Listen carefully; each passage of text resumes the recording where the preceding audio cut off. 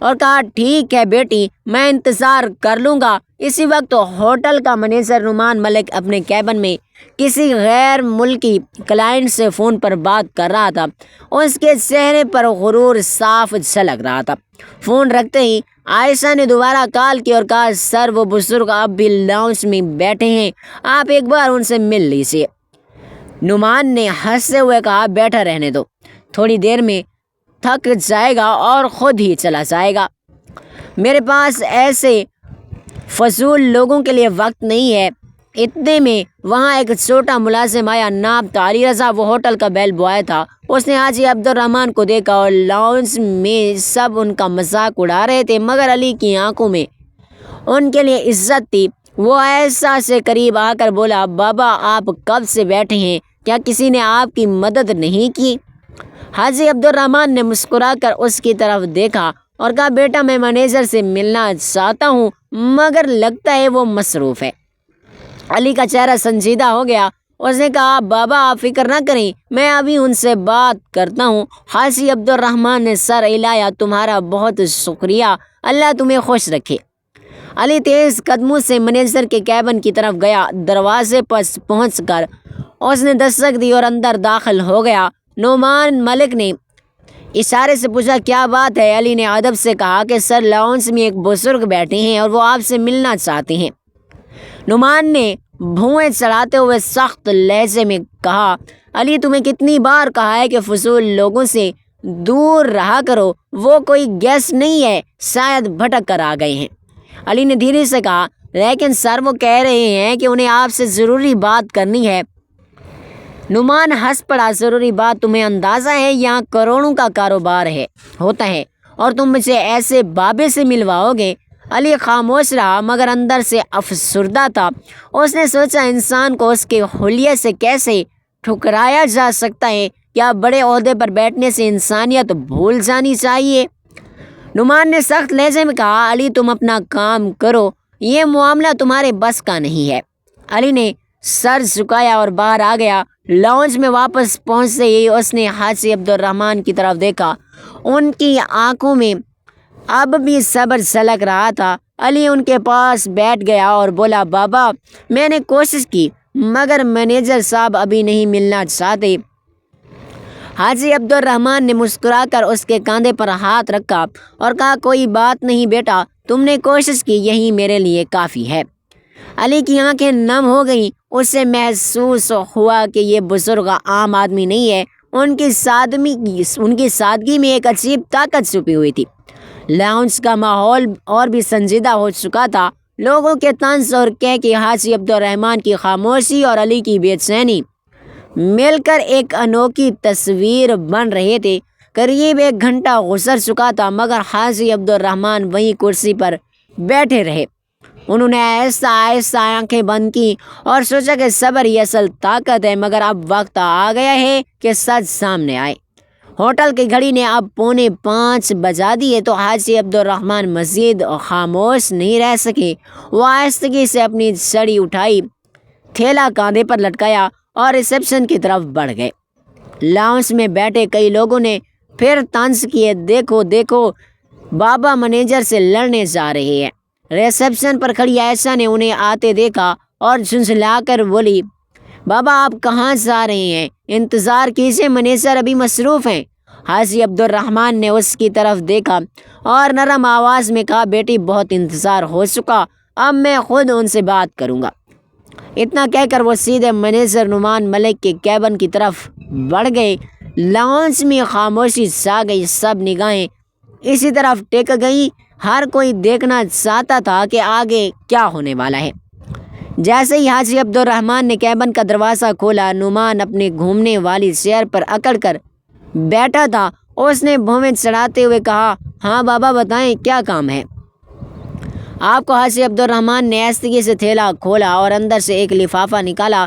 وہ اسے آگے بڑھاتے ہوئے بولے یہ میری بکنگ اور ہوٹل سے متعلق کچھ دستاویزات ہیں، برائے مہربانی ایک بار دیکھ لیں۔ نعمان ہنستے ہوئے لفافہ ہاتھ میں پکڑ لیا مگر کھولے بغیر ہی میز پر پھینک دیا۔ اس کی ہنسی میں تکبر صاف جھلک رہا تھا۔ اس نے کہا بابا جب کسی کے پاس پیسے نہیں ہوتے تو بکنگ جیسی بڑی باتیں کرنا بھی فضول ہے۔ تم جیسی شکل دیکھ کر ہی میں جان لیتا ہوں کہ تمہارے پاس کچھ نہیں، یہ ہوٹل تمہارے بس کا نہیں ہے، بہتر ہے یہاں سے چلے جاؤ۔ حاجی عبد الرحمن نے اس کی آنکھ میں دیکھا، ان کی آواز اب گہری اور سنجیدہ ہو چکی تھی۔ انہوں نے کہا بیٹا بغیر دیکھے تم نے کیسے فیصلہ کر لیا؟ ایک بار ان کاغذات کو دیکھ لو، سچ اکثر ویسا نہیں ہوتا جیسا دکھائی دیتا ہے۔ نعمان کرسی پر پیچھے جھک گیا اور زور زور سے ہنستے ہوئے بولا مجھے کسی کاغذ کو دیکھنے کی ضرورت نہیں، میں سالوں سے اس ہوٹل کو سنبھال رہا ہوں، لوگوں کی شکل دیکھ کر ہی پہچان لیتا ہوں کہ کس کی کیا اوقات ہے۔ تمہاری شکل کہتی ہے کہ تمہارے پاس کچھ بھی نہیں ہے۔ یہ سن کر لاؤنج میں بیٹھے چند مہمان بھی ہنس پڑے۔ حاجی عبد الرحمن نے گہری سانس لی، لفافہ میز پر رکھا اور خاموش لہجے میں بولے ٹھیک ہے، جب تمہیں یقین نہیں تو میں چلا جاتا ہوں، مگر یاد رکھو جو تم نے آج کیا ہے اس کا نتیجہ تمہیں بھگتنا پڑے گا۔ اتنا کہہ کر وہ دروازے کی طرف قدم بڑھانے لگے۔ پیچھے بیٹھے مہمان آہستہ سے سرگوشی کرنے لگے۔ وہاں مینیجر نے صحیح کیا، ایسے لوگوں کو یہی سبق ملنا چاہیے۔ حاجی عبد الرحمن ہوٹل سے باہر نکل گئے۔ ان کی دھیمی چال اور جھکی ہوئی کمر نے پورے اسٹاف کے بیچ ایک عجیب سا سناٹا چھوڑ دیا، لیکن نعمان اپنی کرسی پر بیٹھا مسکراتا رہا۔ اس کے چہرے پر غرور اور حقارت کا ملا جلا تاثر تھا۔ اسی دوران بیل بوائے علی رضا اس لفافے کی طرف بڑھا۔ اس نے آہستگی سے اسے اٹھایا اور خاموشی سے سرور کمپیوٹر کی طرف گیا۔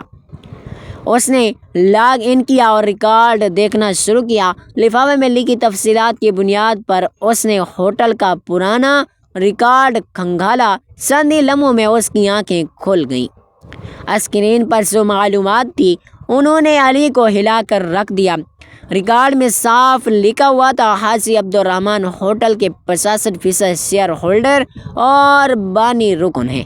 علی کی سانسیں تیز ہو گئیں۔ اس نے فوراً پرنٹر سے رپورٹ نکالی، کاغذات ہاتھ میں لیے اور دوڑتا ہوا مینیجر کے کیبن میں پہنچا۔ اندر نعمان اب بھی کسی کلائنٹ سے فون پر بات کر رہا تھا۔ علی نے آہستگی سے کہا سر یہ رپورٹ دیکھیے، یہ وہی بزرگ ہیں جو یہاں آئے تھے، یہ ہمارے ہوٹل کے اصل مالک ہیں۔ نعمان نے فون رکھتے ہوئے علی کی طرف دیکھا اور تیوری چڑھا لی۔ بولا علی تمہیں کتنی بار کہا ہے مجھے ایسے لوگوں کی رپورٹ میں کوئی دلچسپی نہیں، یہ سب فضول باتیں ہیں۔ علی نے پھر کوشش کی لیکن سر اس رپورٹ میں صاف صاف لکھا ہے کہ حاجی عبد الرحمن ہمارے ہوٹل کے مالک ہیں۔ نعمان نے بات کاٹ دی اور رپورٹ اپنی طرف کھینچی، پھر بغیر پڑھے ہی اسے واپس علی کی طرف دھکیل دیا۔ اس کی آواز میں غرور پہلے سے بھی زیادہ نمایاں تھا۔ مجھے یہ بکواس نہیں چاہیے، میں نے کہا نا اپنا کام کرو، یہ ہوٹل میری مینجمنٹ اسکل سے چل رہا ہے، کسی پرانے بابے کی خیرات سے نہیں۔ علی حیران رہ گیا، اس کے چہرے پر گہری بے چینی تھی۔ وہ رپورٹ ہاتھ میں لے کر باہر نکل آیا اور لاؤنج میں آتے ہی اسے حاجی عبد الرحمن یاد آ گئے۔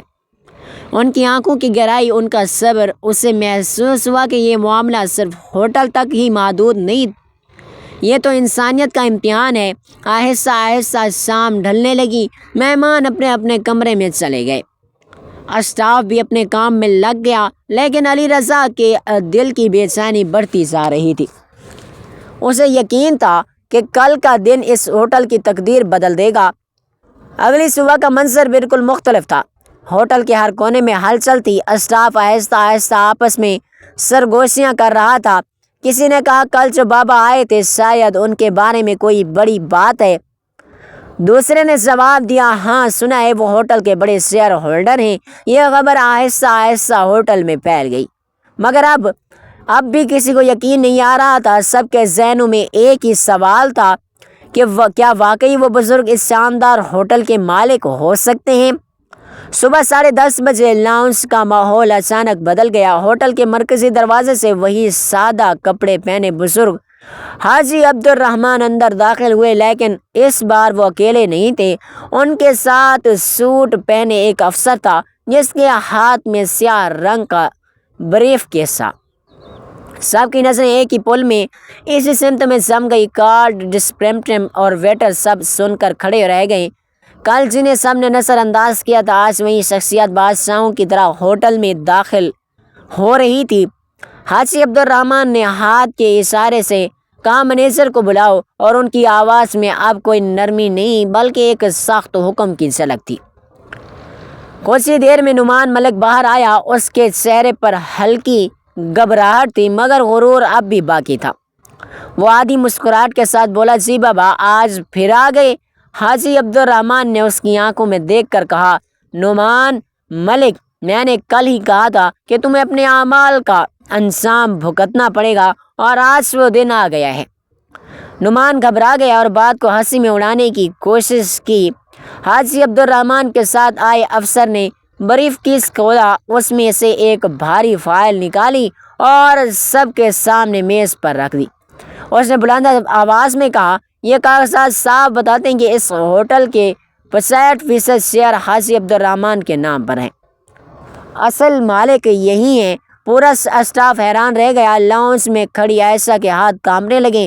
مہمانوں نے ایک دوسرے کو دیکھا اور سرگوشیاں کرنے لگے، یہ تو سچ ہے، میں مالک ہیں، ان سے کتنی بڑی غلطی ہو گئی۔ حاجی عبد الرحمن نے اپنی سڑی زمین پر ٹپک دی۔ ان کی آواز اب مضبوط اور پرعزم تھی، نعمان ملک، آج سے تم اس ہوٹل کے مینیجر نہیں رہو گے، تمہاری جگہ اب علی رضا یہ عہدہ سنبھالے گا۔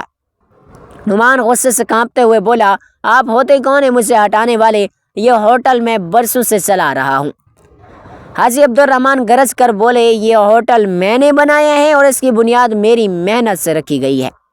چاہو تو ابھی تمہیں باہر کا راستہ دکھا دوں، لیکن بطور سزا تمہیں اب فیلڈ کا کام دیا جا رہا ہے، وہی کام جو تم دوسروں سے کرواتے تھے۔